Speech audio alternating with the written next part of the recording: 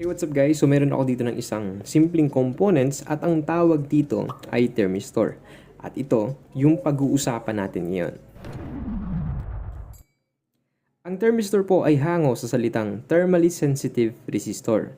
Sa madaling salita, ang thermistor po ay isang uri ng resistor na kayang magbago ng resistance based sa temperature na nare-receive niya. Ang mga thermistor po ay available sa iba't ibang packaging at sizes. Mayroong radial leaded, axial leaded, glass type, threaded at maging probe type. At ganito naman ang schematic symbol ng isang thermistor. Ang thermistor po ay mayroong dalawang klase. Ito yung tinatawag natin na PTC at NTC. Kapag sinabi nating NTC, ito po yung tinatawag natin na negative temperature coefficient na thermistor.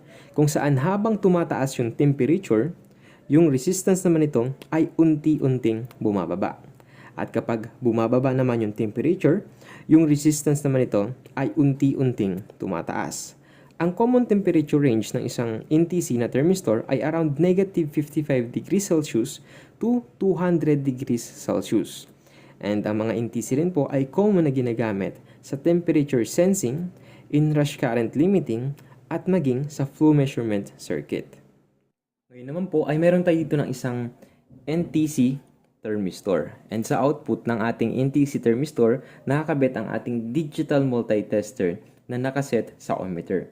So pansinin nyo meron tayong reading na 6.9 kilo ohms. So yan po yung output na resistance na nasusukat natin dito sa ating NTC thermistor.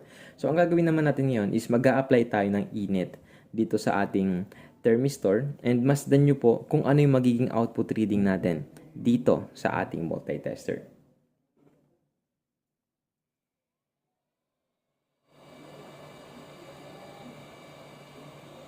So kung napapansin nyo po, habang iniinit natin yung ating thermistor, unti-unting bumababa yung kanyang resistance.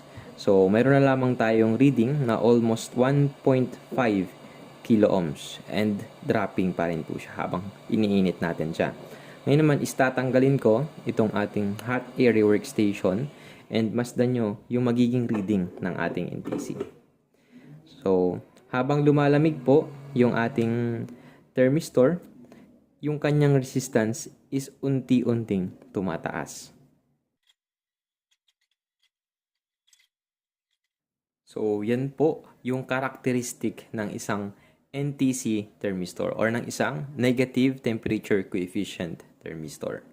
Habang umiinit po yung ating thermistor, yung resistance niya ay unti-unting bumababa. And kapag lumalamig or na-expose siya sa malamig na temperature, yung resistance naman nito is unti-unting tumataas. Ngayon naman ay dumako naman tayo sa PTC or sa positive temperature coefficient na thermistor. At kapag sinabi nating PTC na thermistor, ito po yung mga uri ng thermistor na kapag tumataas yung temperature, yung resistance naman nito ay unti-unting tumataas din. At kapag bumababa naman yung temperature, yung resistance naman nito is unti-unting bumababa rin. Ang common temperature range ng mga PTC thermistor ay around 60 degrees Celsius to 120 degrees Celsius. At ito po ay kadalasang ginagamit sa mga overcurrent protection circuit, self-regulating heater, time delay circuit, at maging sa liquid level sensing. Ngayon naman po ay mayroon tayo dito ng isang PTC thermistor or ng isang positive temperature coefficient thermistor. And sa output ng ating thermistor, nakakabit ang isang digital multitester na nakaset sa ohmmeter. So meron tayong output reading na 2 ohms. So yan po yung nasusukat nating resistance dito sa pin ng PTC thermistor. Ngayon naman ang gagawin natin is mag-a-apply tayo ng init dito sa ating PTC thermistor and masdan nyo po kung ano yung ating magiging output reading dito sa ating digital multitester.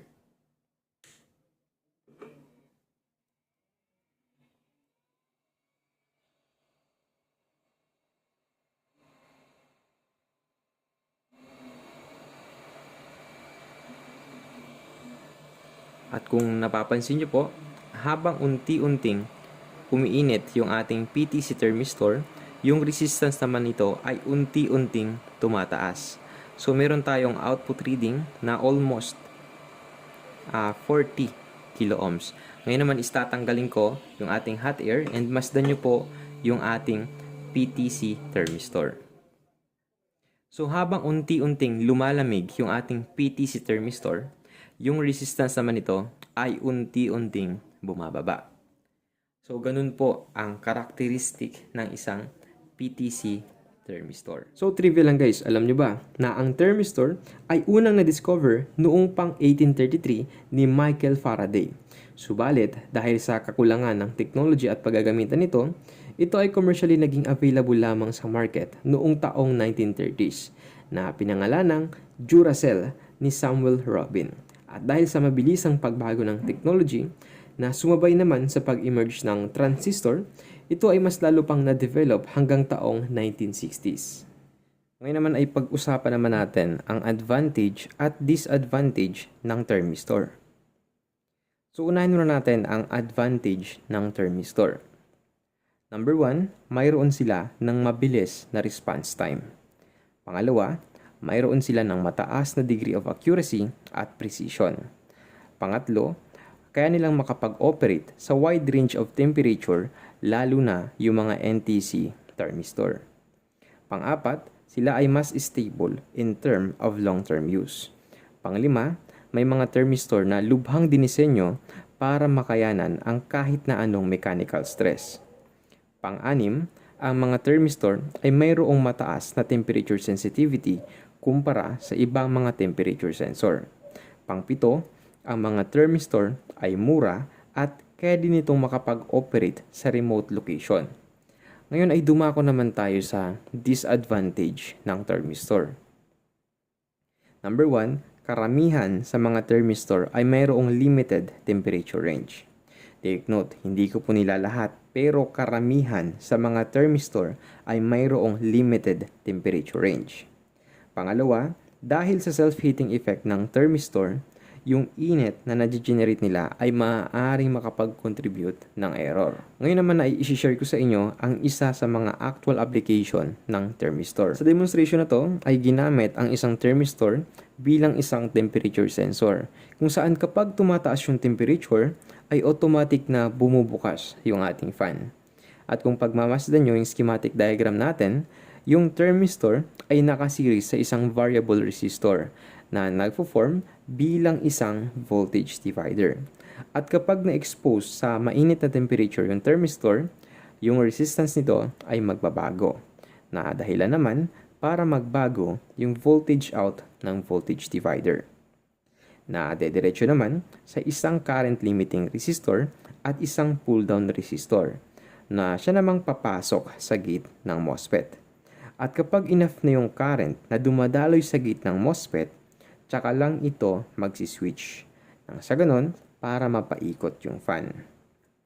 At kapag lumamig naman yung thermistor, yung voltage out ng voltage divider ay unti-unting bababa hanggang sa hindi na maging sapat yung current na dumadaloy sa gate ng MOSFET. Na dahilan para hindi ito matrigger. Na dahilan din para hindi mapaikot yung fan. So sana po ay meron kayong natutunan sa ating napakasimpleng video. Pwede po kayo mag-iwan ng comment or suggestion dyan sa ating comment section below. Huwag nyo rin pong kakalimutang i-hit ang like and subscribe. Mahit na rin po ako ng notification bell nang sa ganun ay maging updated po kayo sa ating mga future upload. Muli, ako po si Andrew Electronics na nagsasabing, stay humble and be creative. Maraming salamat.